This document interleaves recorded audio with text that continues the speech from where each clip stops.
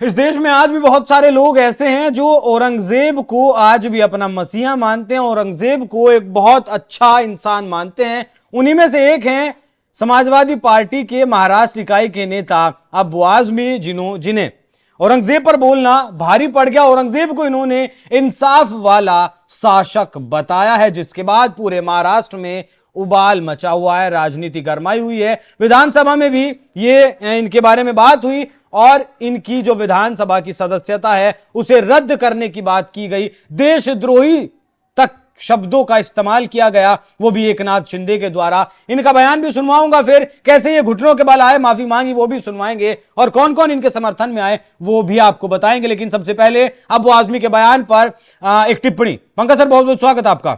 एक छोटी सी टिप्पणी अब्बू आजमी के बयान पर। नहीं, अबू आजमी कह रहे हैं कि औरंगजेब बहुत रहमत दिल था, रहम दिल था और बहुत महान शासक था, जिसने अपने बाप शाहजहां को जेल में डलवा दिया, जिसने अपने भाई दारा शिकोह का कत्ल करवाकर उसका सर कलम किया और उस सर को अपने बाप को भिजवाया कि देखो जिसने अपने ऐसे सत्ता पर कब्जाई जाती है। यहीं रुकिएगा पंकज जी, यहीं से शुरू करेंगे, यहीं से शुरू करेंगे। अब्बू आजमी का बयान सुनवाइए। नहीं, कार्रवाई कर दीजिए, कोई बात नहीं। अगर कानून से गलत है तो कर दीजिए, लेकिन मेरा कहना ये कि राजा लोग सत्ता और संपत्ति के लिए संघर्ष करते थे। उनका वो धर्म के नाम पे उनका कोई काम नहीं था कि धर्म हिंदू करो मुस्लिम करो। जिसने 52 साल तक हुकूमत किया हो, तो अगर जबरदस्ती हिंदुओं को मुसलमान बनाना चाहता हो तो भारतवर्ष में कितने हिंदू मुसलमान बन जाते। ये सारी चीजें कब शुरू हुई हैं? 1857 की गदर में, जब मंगल पांडे ने बलिया से इस लड़ाई शुरू करी तो उसका साथ देने वाले सबसे पहले मुसलमान थे, बहादुर शाह जफर। अंग्रेजों को लगा ये हिंदू मुस्लिम साथ रहेंगे तो हम आजादी की लड़ाई, हम इस लड़ाई में यहाँ राज नहीं कर सकते हैं। इन्होंने इस तरह हिस्ट्री को बदनाम शुरू किया। मैं फिर कह रहा हूं कि औरंगजेब रहमतुल्लाह अलैह जो हैं, उन्होंने मंदिर तोड़ी तो मस्जिद भी तोड़ी है उन्होंने। गोलकुंडा की मस्जिद की जो ताना राजा थे, ताना शाह क्या नाम था उसका, उसकी मस्जिद तोड़ा उन्होंने, वहां पे मंदिर भी तोड़ा। अगर तो क्या वजह है उसको पता लगाना चाहिए। लेकिन अगर वो हिंदू के, दरअसल बॉलीवुड की अभी एक फिल्म आई है छावा, जिसमें शिवाजी महाराज का, संभाजी महाराज का कैरेक्टर दिखाया गया। औरंगजेब को दिखाया गया किस तरीके से शिवाजी के पुत्र संभाजी को कितनी यातनाएं देकर 40 दिन तक कैद में रखा गया, नाखून उखाड़ लिए गए, जीभ काट ली गई, जख्मों पर नमक रगड़ा गया, कितनी यातनाएं देकर मौत दी गई। इस्लाम फिर भी उन्होंने कबूल नहीं किया था। उस पर अब्बू आजमी का यह दर्द छलका। उन्होंने बताया कि वो एक इंसाफ वाला शासक था। पंकज जी, सबसे पहली बात कि ये कह रहे हैं ना कि राजाओं को सिर्फ अपनी धन संपत्ति से मतलब था, धर्म नहीं था उसमें। अगर धर्म का एंगल उसमें नहीं होता ना, तो आज सोमनाथ का मंदिर तहस नहस नहीं किया तो वो सिर्फ सोना लूट के चला जाता। गुंबद को ध्वस्त नहीं करते, शिवलिंग को उखाड़ कर फेंकते नहीं।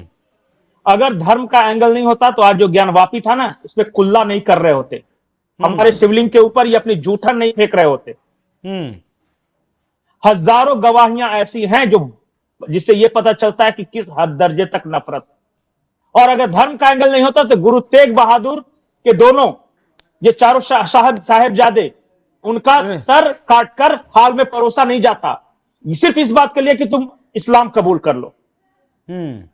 लूटने तो आते ही थे रेगिस्तानी लुटेरे, पर साथ में धर्म का एंगल भी था और वो कबूल है भी कहवाते थे। और वो तलवार लगा के बोलते थे कि बोलो इस्लाम कबूल है कि नहीं, अगर कबूल है तो ठीक है और नहीं कबूल है तो मार देंगे। ये था धर्म का एंगल। और उसी वजह से अबू आजमी और इनके पूर्वज तलवार के डर से सलवार पहन के घूम रहे हैं और कोई कारण नहीं। ये सब इसी देश के वंशज हैं, सबका डीएनए भारतीय है। इनको कन्वर्ट कराएंगे आज औरंगजेब की तरह। नहीं मानते हैं, पाकिस्तान में तो अब सब मानते हैं। मैं तो देख रहा हूं सब वीडियो, सब कह रहे हैं कि हम तो, वो कह रहे हैं कि हम सिंधु घाटी के वंशज हैं, हमारा अरब से कुछ लेना देना नहीं था, अरब वालों ने तो आके लूटा है हमें। और ये पाकिस्तान मान रहे। ये चूंकि देखिए यहां पे जब भी ये कंफर्ट जोन में होते हैं ना, तो इनको याद आते हैं मुगल, और जब कष्ट होता है तो बोलते हैं कि हिंदुस्तान से बढ़िया कोई देश नहीं और हिंदू से बेहतर कोई पड़ोसी नहीं। ठीक है, एक बार माफी का वीडियो भी चलाइए। एक बात मैं और बताऊंगा। कल 3 मार्च जब असेंबली खत्म हुई, जब मैं बाहर निकला तो टीवी वालों ने मुझसे कहा कि आसाम के मुख्यमंत्री ने राहुल गांधी को औरंगजेब की तरह पेश किया है कि उनकी छवि उस तरह की।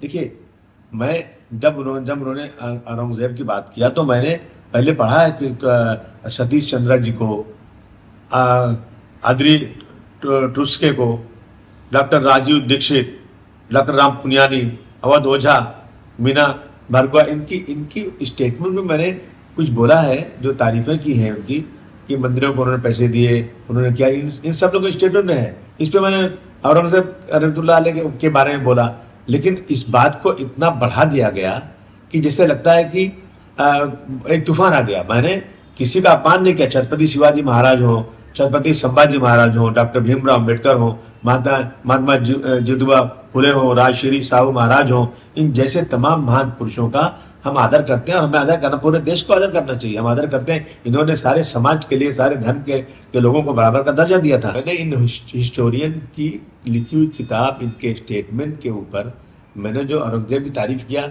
मैंने कभी अपने किसी महापुरुष, चाहे संभाजी महाराज हो, छत्रपति शिवाजी महाराज हो, उनके बारे में कोई एक लफ्ज गलत नहीं बोला है।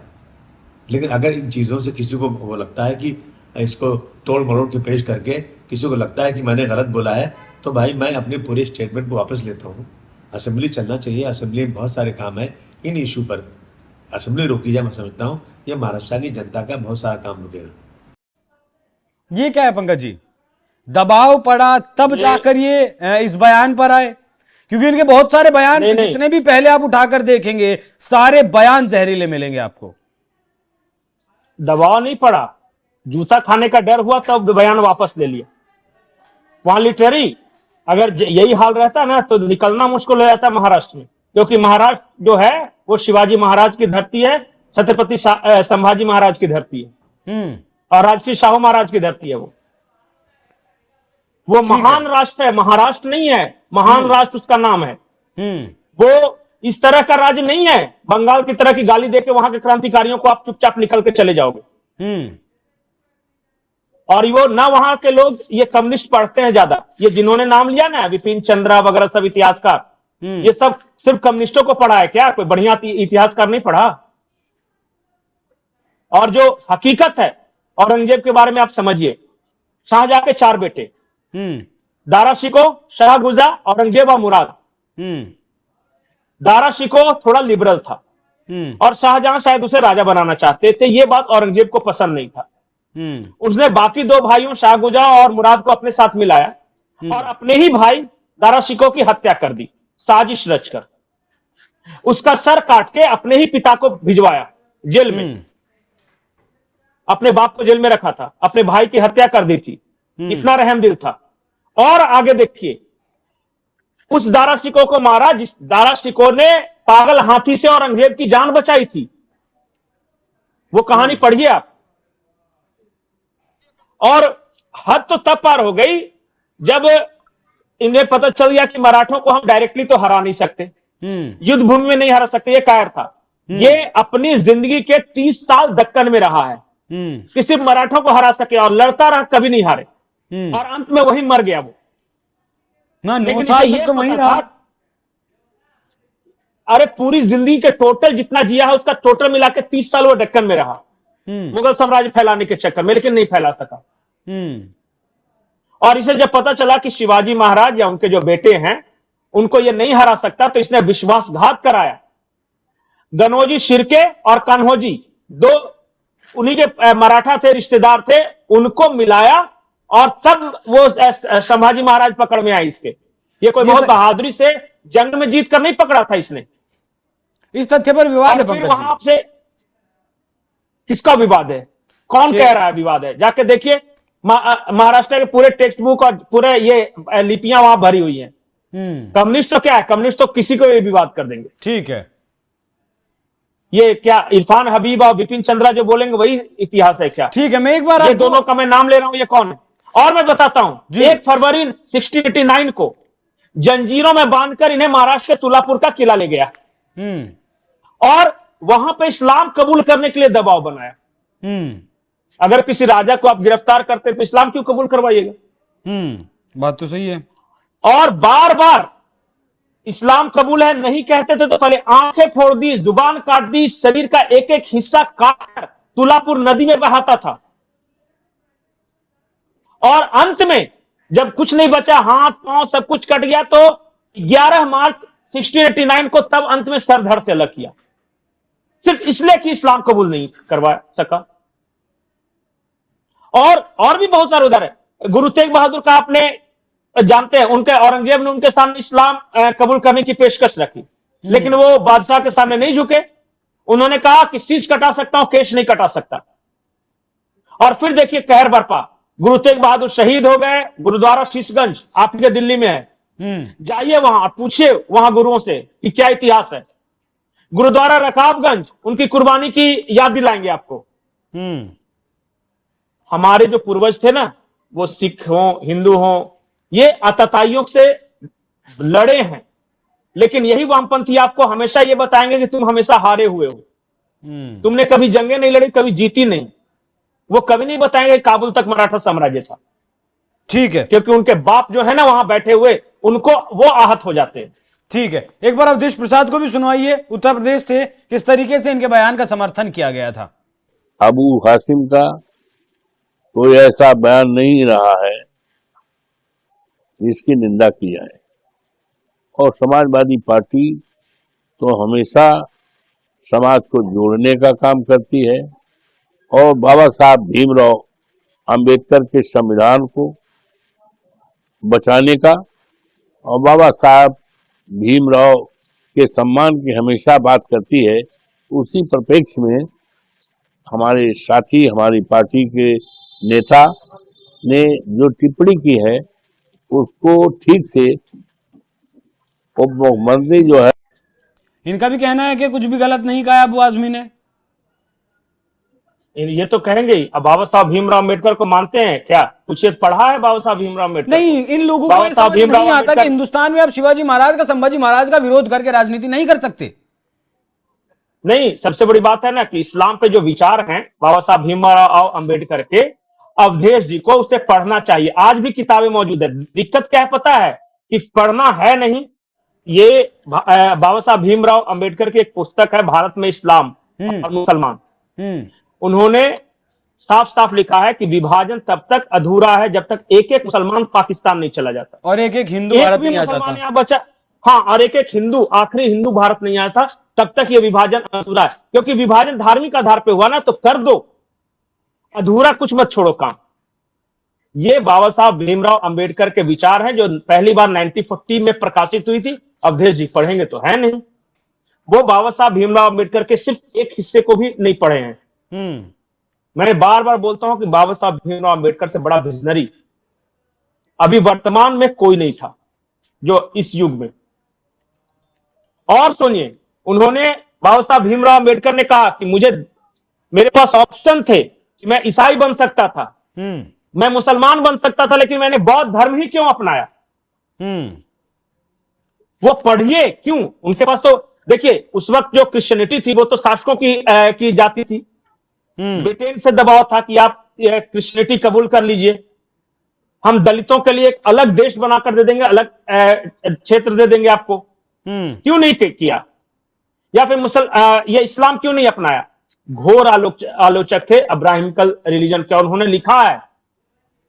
उन्होंने लिखा है कि ऐसा कोई भी धर्म जिसकी जड़ें भारत में न हो, वो किसी भी भारतीय को स्वीकार करनी चाहिए, नहीं करनी चाहिए। उन्होंने कहा, बोले कि इस्लाम और ईसाइयत की जड़ें जिन देशों में है वहां के लोगों के अनुसार है, भारत में लोगों को वही धर्म स्वीकार करना है जो यहां की जड़ों से निकला, इसलिए उन्होंने बौद्ध धर्म अपनाया।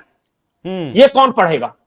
नहीं पढ़ेंगे, आधी अधूरी जानकारी रखेंगे। देखिए, नहीं, आधी अधूरी नहीं, इन्होंने अंबेडकर की दुकान सजाई है और अपने मन से चीजें परोस रहे हैं अंबेडकर के बारे में।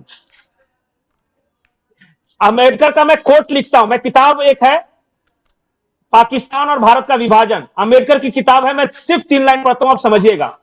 उन्होंने कहा कि हिंदू धर्म के बारे में आरोप लगता है कि यह लोगों को बांटता है, इसके विपरीत इस्लाम के बारे में यह बार बार नैरेटिव फैलाया जाता है कि वो लोगों को जोड़ता है। ये अर्ध सत्य है, बल्कि शरारतन इस अर्ध सत्य को फैलाया गया है। अंबेडकर लिखते हैं, क्योंकि इस्लाम जितनी दृढ़ता से जोड़ता है उतनी ही दृढ़ता से विभाजित भी करता है। इस्लाम अपने आप को बदल नहीं सकता, यह घनिष्ठ निगम है। मुसलमान और गैर मुसलमानों के बीच ये बहुत भेद करता है और किसी भी गैर मुस्लिम के अस्तित्व को स्वीकार नहीं करता। ये एक बीमार रिलीजन है, बीमार। उन्होंने ये कहा कि जो इसको मानते हैं वो मानसिक रूप से बीमार है, क्योंकि आप किसी दूसरे को एक्सेप्ट नहीं करते। जो भी उनके उस निगम से बाहर है, ये उनको उनकी हत्या करने पे तुले हुए हैं। ये बात कही है बाबा साहब भीमराव अम्बेडकर ने। ठीक है, पढ़े अवधेश बाबू? नहीं पढ़ेंगे, राजनीति को सूट नहीं करता ना, वही नहीं, अर्ध तो सत्य जो है राजनीति उसी से जब काम चलता है मुस्लिम- तो पूरा सत्य क्यों बताना। तो मुस्लिम वोट बैंक के लिए औरंगजेब को अब्बा बना के घूम रहे हैं, तो मैं क्या करूं इसमें? मेरी गलती है, भारत की गलती थोड़ी ना है। ठीक है। तो अबू आजमी ने जो बयान दिया था, महाराष्ट्र की गलियों से लेकर विधानसभा तक उसकी गूंज सुनाई दी, और यह गूंज जाहिर सी बात है अबू आजमी के कानों में भी पहुंची होगी, जिसके बाद अबू आजमी को शायद ना चाहते हुए भी माफी मांगनी पड़ी। पूरी समाजवादी पार्टी इनके बयान के समर्थन में खड़ी थी। जी पंकज जी, आखिरी लाइन जो अम्बेडकर ने कही थी वो मुझे लगता है जरूर जाननी चाहिए लोगों जी। को। उन्होंने लिखा था कि पहला दोष तो बता दें, इस्लाम का दूसरा दोष यह है कि यह सामाजिक स्वशासन प्रणाली है। एक मुसलमान की निष्ठा उसके देश के प्रति नहीं होती, बल्कि उसके धर्म के प्रति होती है। वो अपने देश या देशवासियों से प्यार नहीं करता, बल्कि अपने ही धर्म के वैसे लोगों से प्यार करता है जो दुनिया में किसी दूसरे हिस्से में है। ठीक है, ये अम्बेडकर कहते हैं। ठीक है, बहुत बहुत धन्यवाद पंकज जी। दर्शकों, ये चर्चा आपको कैसी लगी? बयान आपको पहला भी सुनवाया, माफी का भी सुनवाया, अवधेश प्रसाद का भी सुनवाया, तो सोचिएगा और समझिएगा और कमेंट करके हमें अपनी राय जरूर बताइएगा। नमस्कार।